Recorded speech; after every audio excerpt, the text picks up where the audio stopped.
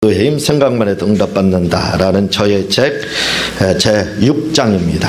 제6장 성령은 누구나 받을 수 있습니다 하는 부분을 나가도록 하겠습니다. 먼저 시간에 우리가 왜 성령의 도움을 받아야 하는가에 대해서 창세기 2장 18절을 근거로 해서 하나님이 가라사대 사람의 독처하는 것이 좋지 못하니 내가 그를 위하여 돕는 배필을 지으리라 는 말씀에 의해서 바로 그 돕는이라는 말이 히브리어로 에제르라는 말로 되어 있는데 이 말은 도움 원주라는 말인데 이 말의 유래는 아자르라는 말에서 왔다. 구원자.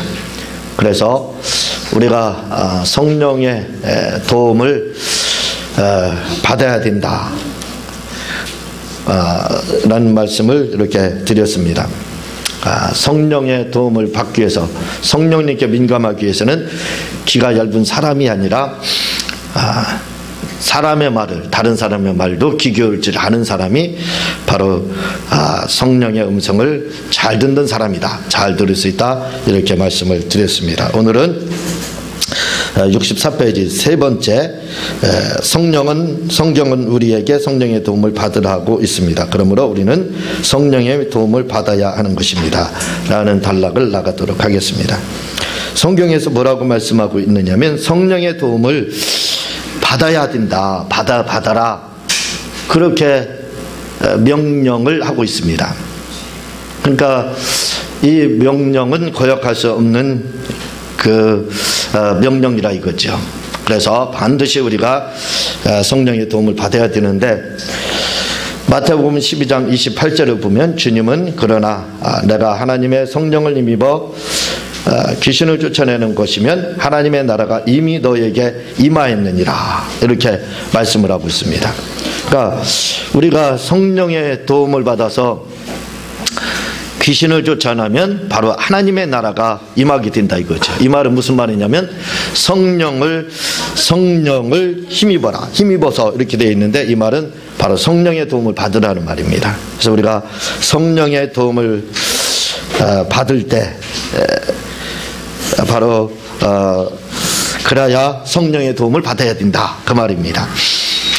이렇게 성령의 도움을 받을 때 비로소 가정과 직장과 교회와 사업장에 하나님의 나라가 임한다는 것입니다. 그러니까 우리의 가정에 우리의 직장에 우리가 하나님의 나라가 임하기를 원하고 있는데 이 하나님의 나라가 임하려면 바로 성령의 도움을 받아야 된다 그 말입니다. 그래서 주님이 내가 하나님의 성령을 힘입어 귀신을 쫓아내는 것이면 하나님의 나라가 이미 너에게 임하였느니라 이렇게 하나님의 나라가 임하기 위해서는 가정에 하나님의 나라가 임하고 교회와 직장에 하나님의 나라가 임하기 위해서는 우리가 성령의 도움을 받아야 된다라고 말씀을 하고 있습니다. 또한 누가복음 4장 18절에 보면은요 주의 성령이 내게 임하셨으니 이는 가난한 자에게 복음을 전하게 하시려고 내게 기름을 부으시고 나를 보내사 버려진 자에게 자유를 눈먼 자에게 다시 보게 함을 전파하며 눈 흘린 자를 자유케 하고 이렇게 말씀을 하고 있으면서 성령의 도움을 역시 받아야 된다 라고 말씀을 하고 있습니다. 그래야 성령의 도움을 받아야 전도도 하고 또 마귀의 풀어진 자를 우리가 자유케도 할 수 있고 또 눈먼 자를 보게도 할 수 있다 이렇게 말씀을 하고 있습니다. 그래서 성경은 우리에게 끊임없이 성령의 도움을 이렇게 받으라 말씀하고 있는 것을 우리가 성경을 통해서 얼마든지 이렇게 발견할 수가 있습니다. 또한 마태복음 7장요 7절에서 11절을 보면은요 아주 중요한 말씀입니다. 한번 잘 귀 기울여 보시기 바랍니다. 왜 우리가 성령의 도움을 구해야 되나? 성령의 도움을 구해야 될 이유에 대해서 구하라 그리하면 너에게 주실 것이요 찾으라 그러면 찾을 것이요 문을 두드리라 그러면 너에게 열릴 것이니 구하는 이마다 얻을 것이요 찾는 이가 찾을 것이요 두드리는 이에게 열릴 것이니라. 너희 중에 누가 아들이 떡을 달라면 돌을 주며 생선을 달라 하면 뱀을 줄 사람이 있겠느냐? 너희가 악한 자라도 좋은 것으로 자식에게 줄 줄 알거든 하물며 하늘에 계신 너희 아버지께서 구하는 자에게 좋은 것으로 주시지 않겠느냐? 이렇게 말씀을 하고 있습니다. 예수님께서 부모를 빗대서, 부모를 비유로 해서 말씀하시는 것이 뭐냐면, 부모가 자녀에게 악한 부모라고 할지라도 자녀가 그 악한 길을 가기를 원하는 부모는 없습니다. 그래서 자기는 악한 길을 갔다 갈지라도 자식만은, 그래서 예전에 교회를 초대교회 때 이제 교회를 다니는 이유 중에 하나가 뭐냐면, 자기는 그 악한 일을 하는 도모하는 그러한 사람이었다 할지라도 내 자식만은 좀 바르게 길에 양육해야 되겠다, 키워야겠다 해서 이렇게 교회를 보냈던 것이 있습니다. 이렇게 악한 부모라고 할지라도 자식이 잘 되기를 바라지 않는 부모는 없다 이거죠. 그러니까 자식이 다 잘 되기를 바라지 자식이 부모보다 못하기를 바라는 사람이 없습니다. 그래서 네 자식은 너 부모만 못하다, 이 말은 부모에 대한 욕입니다. 욕. 그렇죠? 가장 칭찬은 야, 네 자식이 너보다 낫다, 그 말입니다. 그 말 듣기를 원한다 이거죠. 이렇게 사람도 역시 자녀가 아무리 악한 부모라고 할지라도 자녀가 잘 되기를 바라는 것처럼, 하나님 역시 자녀가 잘 되기를 바란다 이거죠. 그래서 뱀을 떡 달라가면, 생선 달라가면 뱀 주고, 떡 달라가면 돌 줄 사람이 없다 이겁니다. 아무리 악한 자라고 할지라도요. 그러면서 뭘 말씀하고 있느냐면, 이렇게 너희에게 구하는 자에게 좋은 것으로 주시지 않겠느냐. 좋은 것으로 이렇게 주신다는 거예요. 자, 이 말씀을 여러분들이 기억을 해야 됩니다. 그런데 이 말씀이 누가복음 11장에 보면 똑같은 말씀이 나오고 있습니다. 누가복음 11장 11절에서 13절을 보게 되면요, 너희 중에 아비딘 자가 누가 아들이 생선을 달라 하며 생선 대신에 뱀을 주며 알을 달라면 전갈을 주겠느냐. 너희가 악할지라도 좋은 것을 자식에게 줄 알거든 하물며 너희 천부께서 구하는 자에게 성령을 주시지 않겠느냐 하시니라. 이렇게 말씀을 하고 있습니다. 마태복음 7장 7절 이하에서는 자식에게 악한 부모라고 할지라도 반드시 좋은 걸 준다는 거예요. 그 좋은 거에 대해서 이 좋은 것이 금덩어리다, 돈이다, 이렇게 구체적으로 말하지 않고 있습니다. 그냥 좋은 것을 준다 이거죠. 그 좋은 것이 뭔지는 모릅니다. 단지 악한 부모라고 할지라도 자녀에게 좋은 걸 준다, 이렇게 말씀을 하고 있어요. 그러니까 이 좋은 게 구체적으로 뭘 말씀하는지를 알 수가 없습니다. 그냥 단지 하나님이 자식에게 좋은 걸 주기를 원한다, 이렇게 말씀하고 있어요. 그런데 여기에 대한 관주라고 볼 수가 있습니다. 다시 말하면 누가복음 11장 13절은 여기에 대한 간주라고 볼 수가 있어요.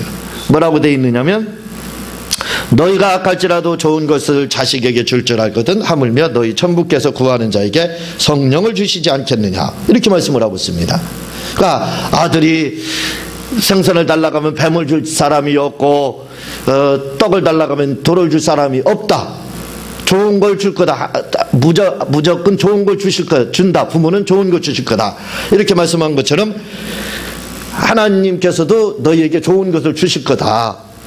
구하는 자에게 구하는 걸 주실 거다. 좋은 걸 주실 거다. 이렇게 말을 하고 있는데, 이거에 대해서 구체적으로 그 좋은 것이 뭔지에 대해서는 제시하지 않고 있다 이겁니다. 그러나 누가복음 11장 13절에 보면 분명히 나오고 있습니다. 똑같은 말씀을 하고 있는데 뭐라고 말을 하냐면, 너희가 악할지라도 좋은 것을 자식에게 줄 알거든 하물며 너희 천부께서 구하는 자에게 성령을 주시지 않겠느냐, 이렇게 말씀을 하고 있어요. 다시 말하면 마태복음 7장 7절 이하에서 좋은 것 주시기로 하셨는데, 그 좋은 게 뭐냐 할 때 바로 성령이라는 겁니다. 하나님은 우리에게 좋은 것 주기를 원한다 이거죠. 바로 성령님, 좋은 것. 우리가 생각하는 내게 좋은 것은 뭐 금덩어리, 돈다발, 이렇게 생각할 수 있는데, 그런 것이 아니라 바로 성령을 주신다는 겁니다. 그래서 우리가 하나님 나에게 뭐 사업이 잘 되게 해주세요. 돈을 주세요. 문제를 해결해 주세요. 이렇게 구한다 할지라도 하나님이 우리에게 주시는 응답은 뭐냐? 바로 성령을 응답으로 주신다는 겁니다. 성령을 응답으로 주신다. 그게 바로 누가복음 11장 13절에서 말씀하고 있어요. 그러니까 좋은 거 우리가 여러 가지 하나님 앞에 이거 달라 저거 달라 막 구합니다. 때로는 막 때를 쓰고 땡깡도 부르고 막 그렇게 해요. 애걸복걸도 하고 합니다. 그런데 하나님이 우리에게 그때 좋은 것을 주시는데 그 좋은 것이 뭐냐면 바로 성령을 주신다. 이렇게 말씀을 하고 있습니다. 그러니까 우리가 여러 가지 구한다 할지라도 결국은 하나님이 우리에게 주시는 것은 바로 성령님을 주신다는 거예요. 그러니까 우리가 성령의 도움을 받아야 되고 성령을 구하라는 겁니다. 요한복음 16장 13절을 보면은 그러하나 진리의 성령이 오시면 그가 너희를 모든 진리 가운데로 인도하시리니 그가 자유로 말하지 않고 오직 듣는 것을 말하며 장래일을 너희에게 알리시리라. 이렇게 말씀을 하고 있습니다. 우리가 성령의 도움을 구해야 됩니다. 그 구해야 될 이유 중에 하나가 뭐냐면 성령이 우리에게 임하시면 성령님께서 우리를 도와주시는데 뭘로 다 도와주시냐면 바로 바른 길로 갈 수 있게끔 도와주신다는 거예요. 바른 길로 갈 수 있게끔 도와주시고 또한 그가 자유로 말하지 않고 오직 듣는 것을 너희에게 말하시며 장래일을 너희에게 알리시리라. 장래일, 미래의 일을 알게 하신다는 거죠. 그게 뭐냐면 바로 영감입니다. 그러니까 영감으로 우리가 우리의 미래 일을 또 알 수도 있게 해주신다는 거예요. 그러니까 우리가 성령의 도움을 받아야 된다는 겁니다. 먼저 여러 시간에 걸쳐서 말씀을 드렸지만 성령이 선물이라 하니까 이 선물은 받아도 되고 안 받아도 되고 나 선물 안 받아도 돼. 나 선물 필요 없어. 이렇게 이제 이야기를 할 수가 있는데 이 선물이라고 할 때 이 선물은 구원과 같이 우리가 예수님을 주님으로 누구나 다 반드시 예수님을 주님으로 영접을 해야 된다 이거죠. 예수님을 주님으로 영접하는 것은 이것은 못생긴 사람이나 아주 핸섬한 사람이나 할 것 없습니다. 누구나 다 예수님을 주님으로 영접을 해야 된다 이거. 이것은 필수라 이거죠. 마찬가지로 나는 예수님만 주님으로 영접하면 되지 나는 성령 그 받는 거 나는 그렇게 내 마음에 흡족하지 않아. 나는 성령 받는 걸 그렇게 좋아하지 않아. 그렇게 이야기해서 성령을 거역해서는 안 된다 이 말입니다. 예수님을 주님으로 영접하는 것과 같이 그것이 필수입니다. 반드시 교양 필수라고 했죠. 반드시 있어야 될 부분입니다. 마찬가지라 이거죠. 마찬가지로 우리가 성령을 받아야 되는 것은 바로 필수입니다. 왜? 성령의 도움을 받아야 하나님의 나라가 우리 가정에 임하고 나에게 임하고 교회에도 임하고 여러분의 직장에도 임한다고 성경이 그렇게 말을 하기 때문에 그렇습니다. 그러니까 우리가 성령의 도움은 반드시 받아야 된다 이거죠. 예수님을 주님으로 믿는 것이 필수인 것처럼 역시 성령을 받는 것도 필수라는 겁니다.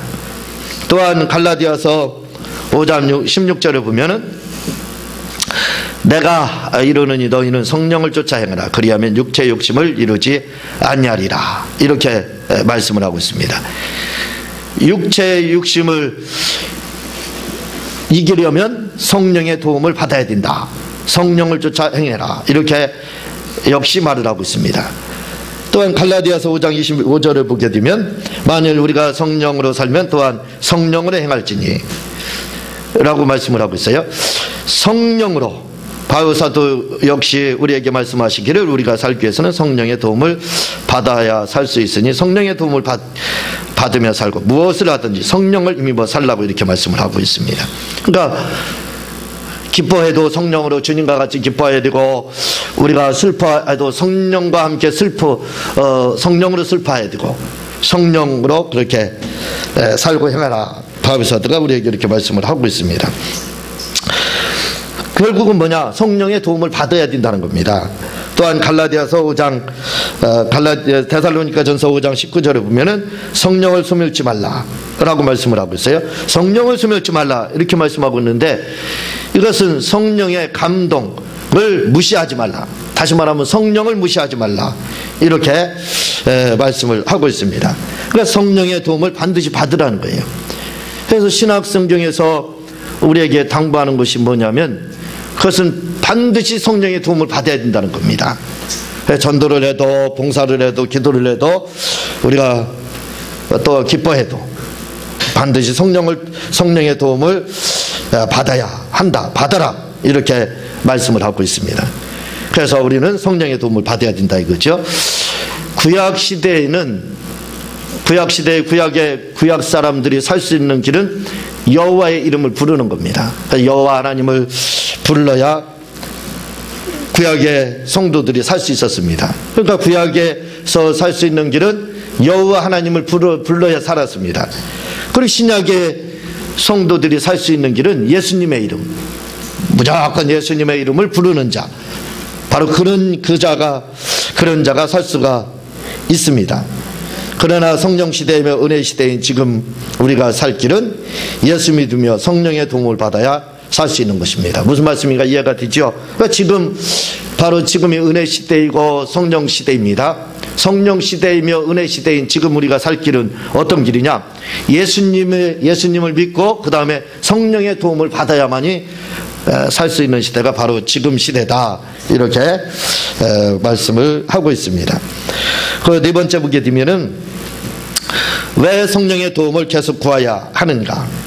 우리가 왜 성령의 도움을 구해야 하는지에 대해서 말씀을 이제 드리게 되는데, 첫째로요, 성령은 지금도 아버지로부터 나오시기 때문입니다.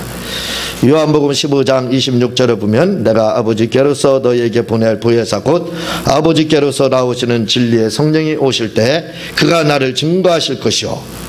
자, 왜 그러면 성령의 도움을 왜 자꾸 구해야 되느냐 이거예요. 아니, 성령 한번 받으면 됐지 왜 성령의 도움을 우리가 끊임없이 그 임재를 구하고 기름 부음을 구해야 되느냐 이거예요. 그것은 요한복음 15장 26절에서 말하는 것이 뭐라고 말씀하고 있냐면, 성령에 대해서 주님이 말씀하시기를 아버지께로서 나오는 진리의 성령 이렇게 말씀을 하고 있습니다.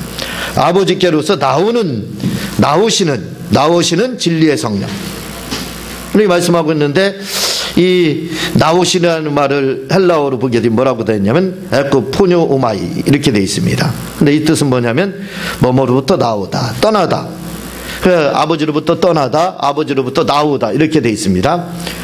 그런데 이 말씀이 중요한 이유가 있습니다. 왜 이 말씀이 중요하냐면, 아예 성령을 한 번만 구하면 되고 성령을 충만하면 한 번만 받으면 되지, 아니 뭔 성령 충만함을 그렇게 자꾸 구하느냐 이거예요. 왜 자꾸 성령의 도움을 구해야 되느냐 이렇게 이제 반문할 수 있다 이거죠. 그런데 뭐라고 말을 하고 있느냐면, 그렇게 우리가 구해야 될 이유가 아버지로부터 계속 나오고 있다 이거죠. 근데 이것을 문법적으로 보면 뭐라고 되어 있냐면 현재 동사로 이렇게 되어 있습니다. 현재 동사로 되어 있다 이거죠. 그래서 현재 동사로 되어 있기 때문에 계속 지금 진행형이라 이거죠. 나오고 계속 계시다 이거죠. 그래서 우리가 성령의 도움을 이렇게 받아야 되는 겁니다. 성경에 보면은요, 과거 완료형으로 말하는 게 너무나도 많이 있습니다. 질병에 대해서도 뭐라고 말해요? 예수께서 채찍에 맞음으로 너희는 나음을 얻었도다. 나았다 이렇게 이제 과거 완료로다 이렇게 말을 하고, 재정 문제에서도요 뭐라고 말씀하냐면 그가 가나안께 드심으로 우리가 부유하게 됐다, 부유하다 이렇게 말씀을 하고 있습니다. 그리고 이제 기도에 대해서도 뭐라고 말씀하냐면 받은 줄로 믿더라. 그래서 다 과거형으로 이렇게 말을 하고 있어요. 구원에 대해서도 그렇고 질병에 대해서도 그렇고 재정에 대해서도 그렇고 다 과거 완료형으로다 이렇게 말을 하고 있습니다. 그런데 요한복음 15장 26절에 보면은 지금 우리가 봤던 것처럼 이 성령에 대해서만은 그렇게 말하지 않고 있습니다. 성령에 대해서는 뭐라고 말을 하냐면 현재 동사로 쓰고 있다 이거죠.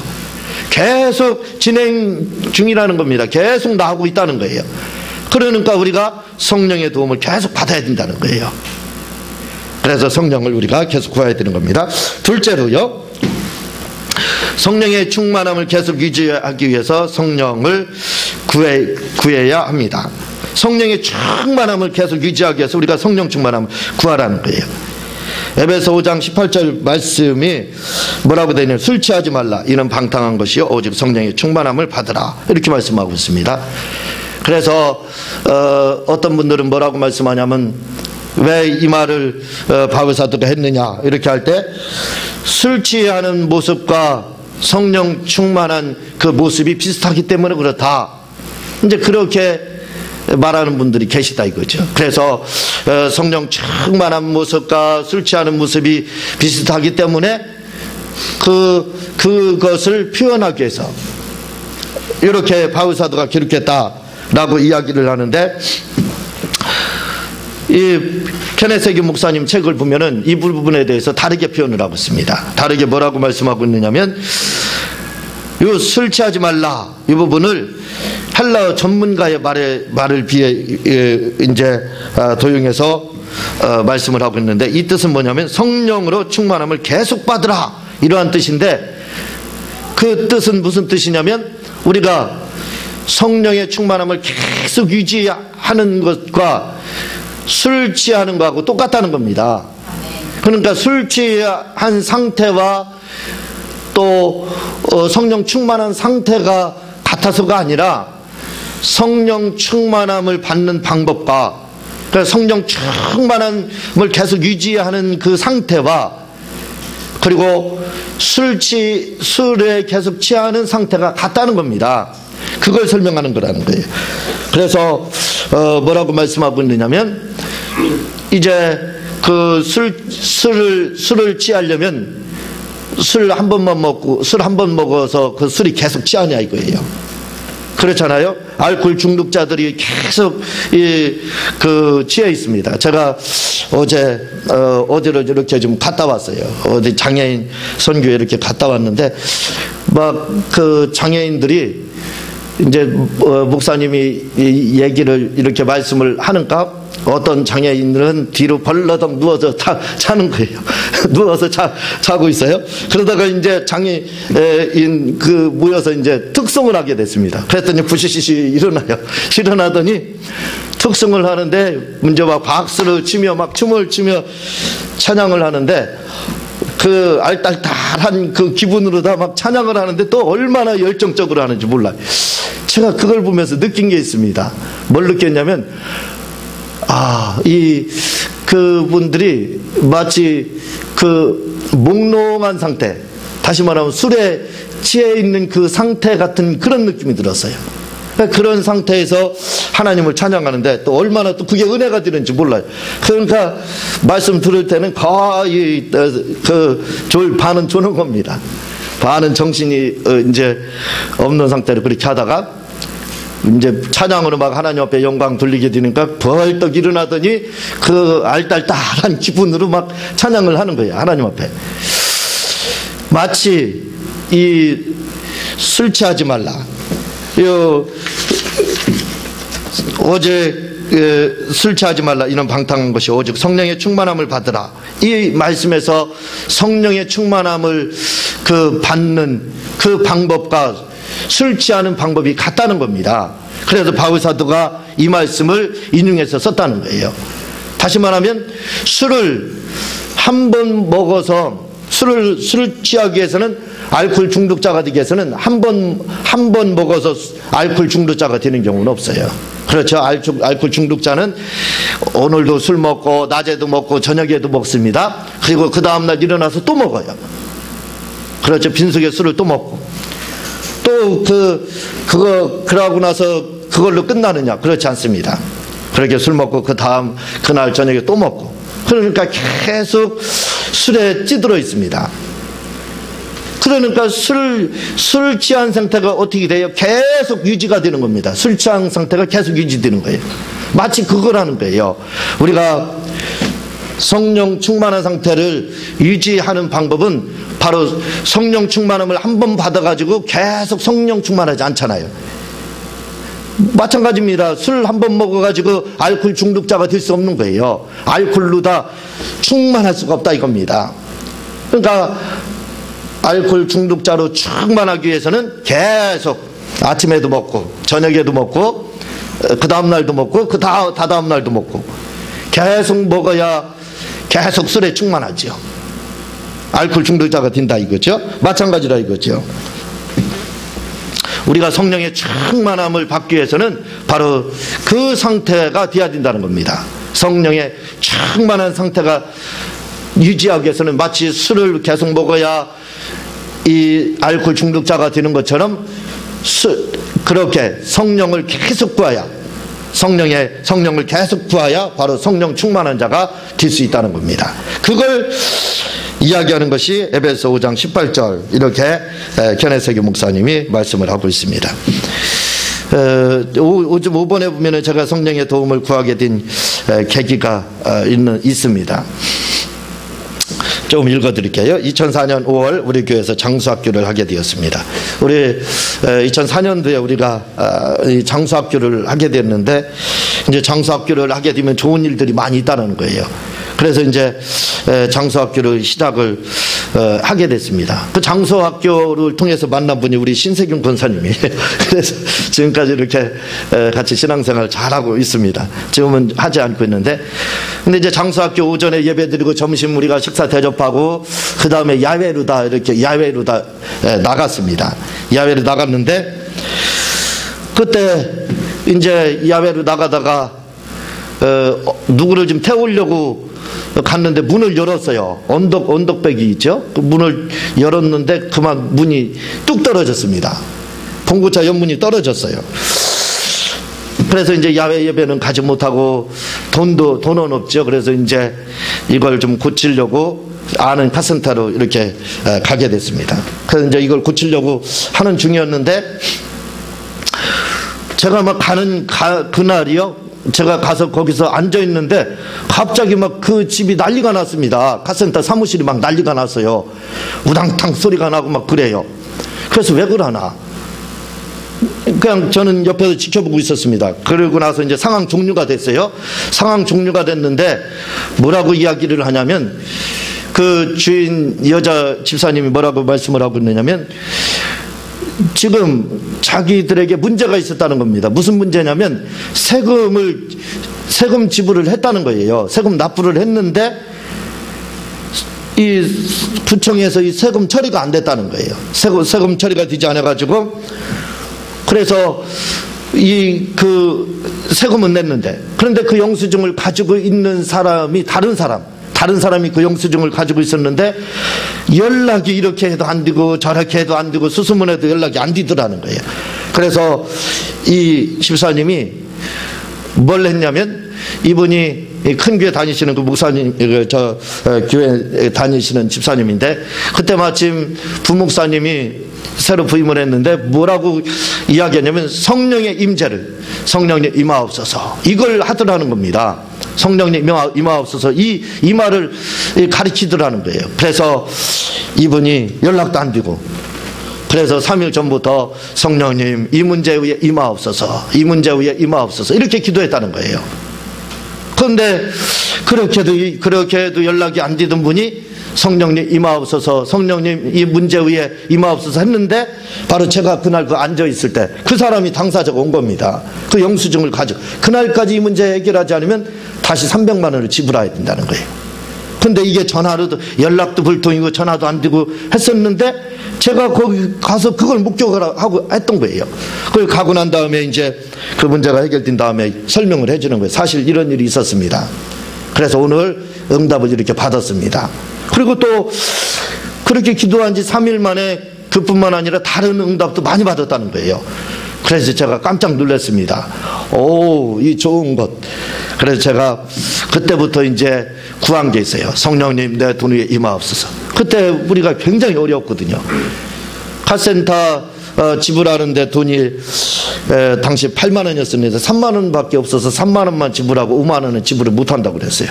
그래서 그 말씀 듣자마자 그러면 내가 이렇게 한번 해봐야 되겠다. 성령님 내 돈 위에 임하옵소서. 성령님 내 돈 위에 임하옵소서. 한번 해봐야 되겠다. 그래서 그 자리 그 말씀을 듣는 순간부터 제가 구하기 시작했습니다. 성령님 내 돈 위에 임하옵소서. 성령님 내 돈 위에 임하옵소서. 얼마나 간절하게 했겠어요. 그걸 차를 끌고면서도 하고 또 TV를 보면서도 하고 9시 그때 기도회, 지금도 우리가 7시 기도회 겟세마네 기도회를 하는데 그때도 그걸 했습니다. 계속했어요. 그랬더니요 놀라운 일이 일어났습니다. 그때 기도하러 어떤 집사님이 참여를 하셨는데 그분이 3만 원 헌금을 하는 거예요.